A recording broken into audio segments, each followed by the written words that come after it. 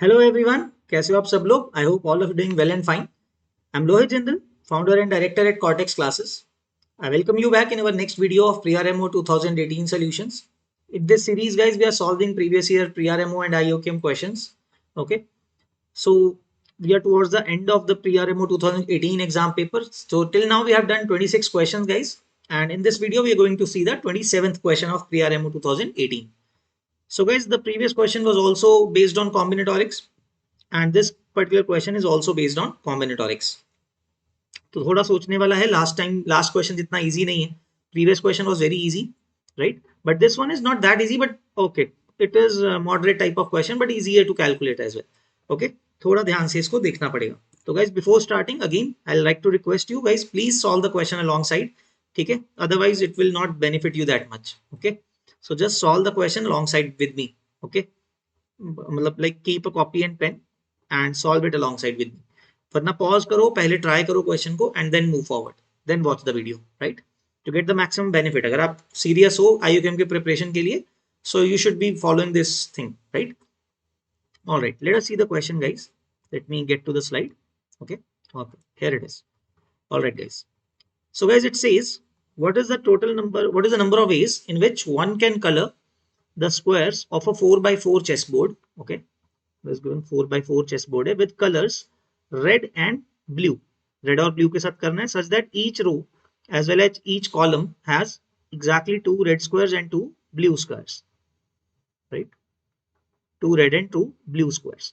Okay, तो we'll need to make cases, guys, because हर एक रो में और हर एक कॉलम में 2 रेड और 2 ब्लू होने चाहिए. So let us see start कैसे करें. So guys, we can see that if we start with the first row, है ना, if we start drawing with the first row, we can then cycle the number of columns. देखो guys, अगर हमने first row में रख दिया कोई order and उसके कॉरेस्पॉन्डिंग हमने सेकंड थर्ड फोर्थ रो निकाल लिया एक बार, right, then the cases would be such that हर रो में और हर कॉलम में रेड और ब्लूज होंगे. Then we can cycle the columns ना, we can cycle the columns in 4 factorial ways, you can say. Although उसमें कुछ सेम है कुछ अलग है तो नंबर अब कम हो जाएगा, but we will see the rows how can we can cycle them. Let us understand. So guys, जो first row है, let us start with this, then I'll be able to show you, right?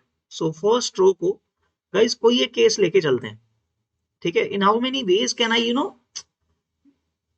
cycle the first row? First row में जो letters आने चाहिए कैसे आएंगे? I have 2 reds and 2 blues. Simple सी बात है. I have 2 reds. Okay, I'll write here 2 reds and 2 blues.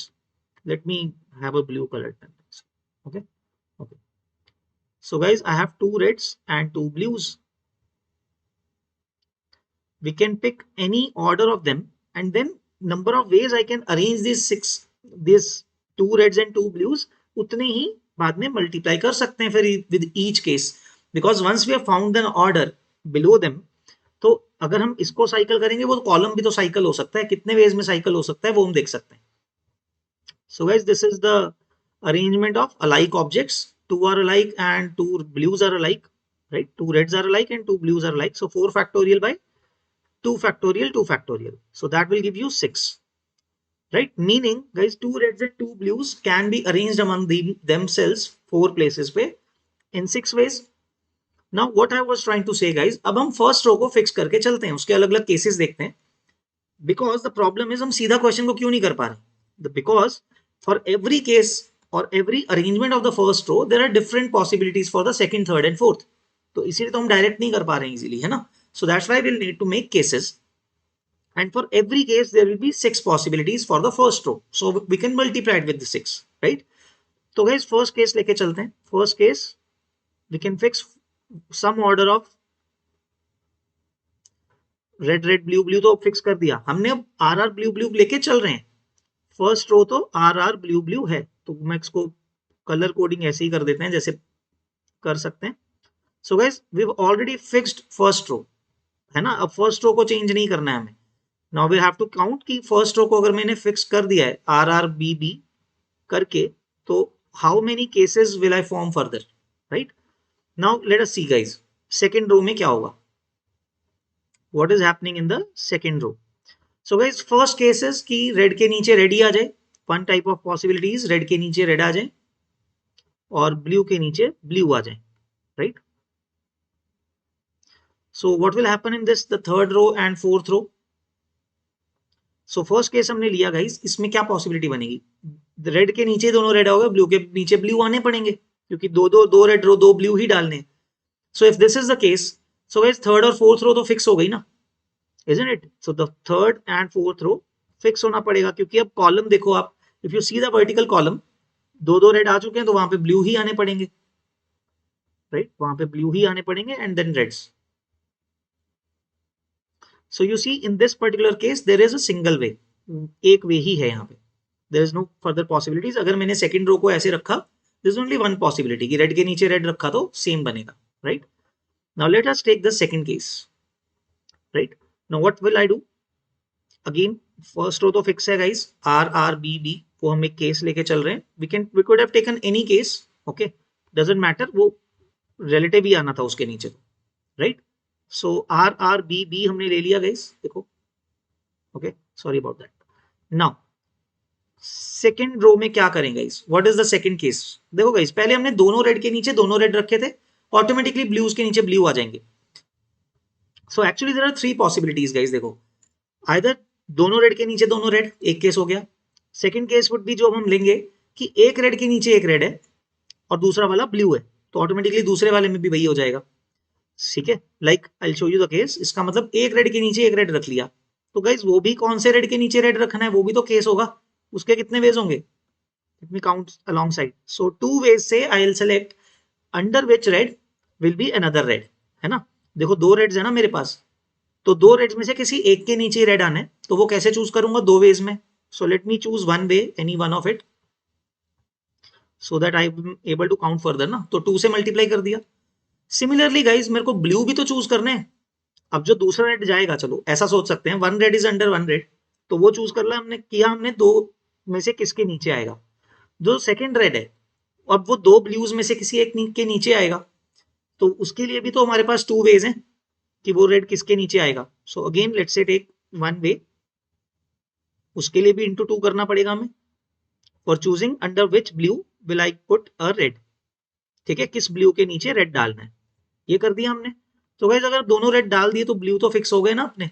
So let us take this case, I am just showing you कि alongside एक केस ले लेते हैं।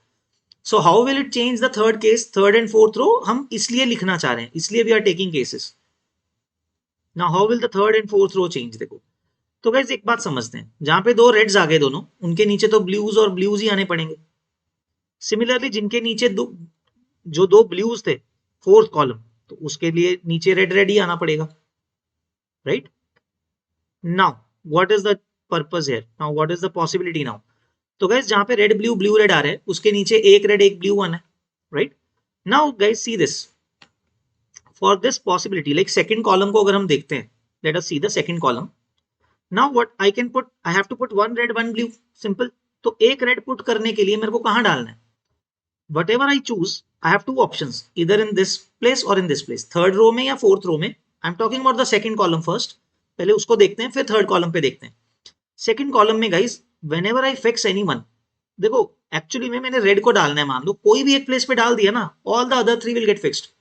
देखो if I put a red here, let's say I put a red here, now see all other are fixed, don't you think। देखो अगर मैंने यहाँ पे रेड पुट कर दिया, यहाँ पे ब्लू हो गया, ब्लू पुट हो गया तो यहाँ पे रेड होना पड़ेगा, और रेड रेड आ चुका है, यहाँ पे ब्लू हो गया।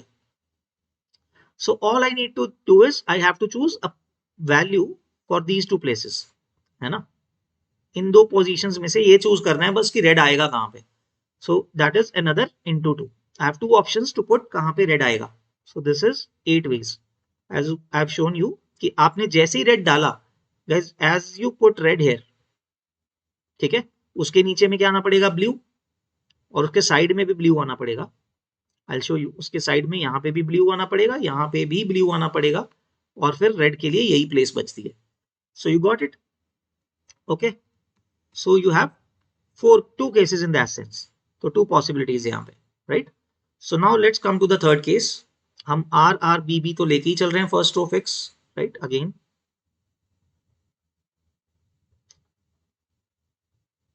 okay, now what about the second row, so guys पहली पॉसिबिलिटी हमने सेकंड रो के लिए देखी थी कि रेड्स के नीचे दो रेड्स के नीचे दो रेड्स. सेकंड केस हमने लिया दो रेड्स में से एक के नीचे red, right. Now the third case would be किसी के नीचे रेड नहीं है, मतलब दोनों रेड्स के नीचे रेड नहीं है, so I have to put we only.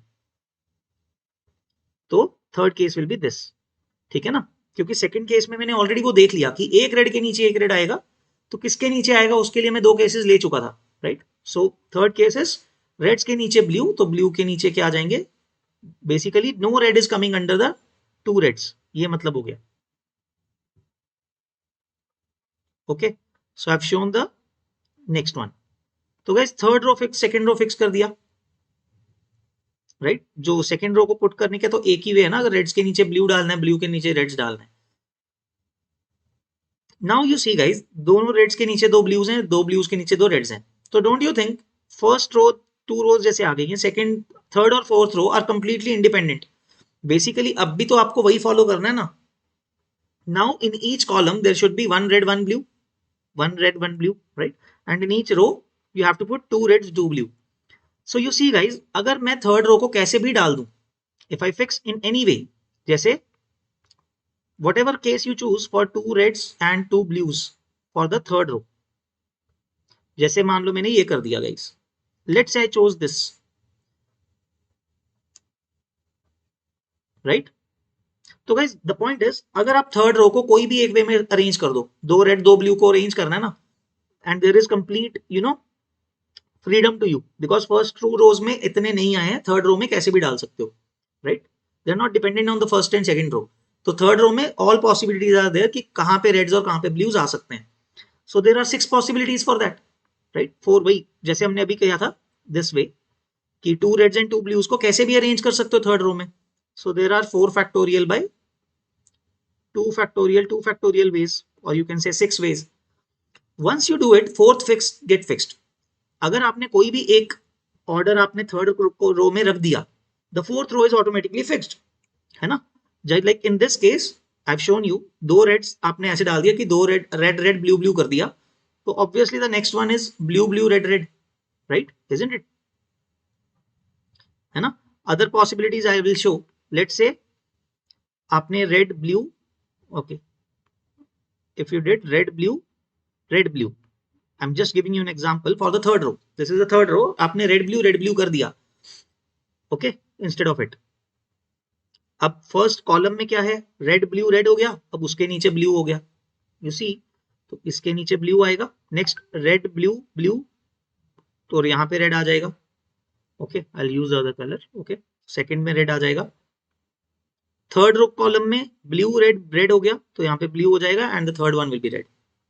So you see, अगर आपने थर्ड रो को कोई भी एक फिक्स में कर दिया, तो फोर्थ वाला फिक्स हो जाएगा automatically. That is what I am trying to से.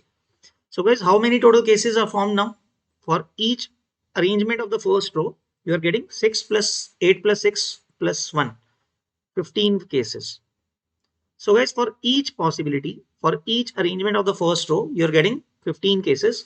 So the total number n would be 15 into 6, because for every arrangement of first row, you'll get 6.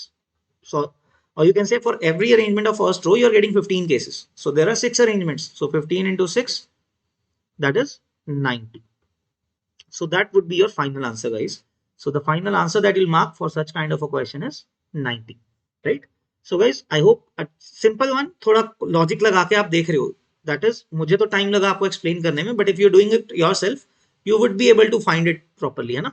So very easy to solve. So guys, 5 marker question like this, you should be able to solve in an exam. आप question को बस ध्यान से पढ़ना है और try करना है, right? So that's it from my end, guys. I hope you guys got this. है ना. We'll see you in the next video. Till then, keep practicing and all the best, guys. Take care. Bye.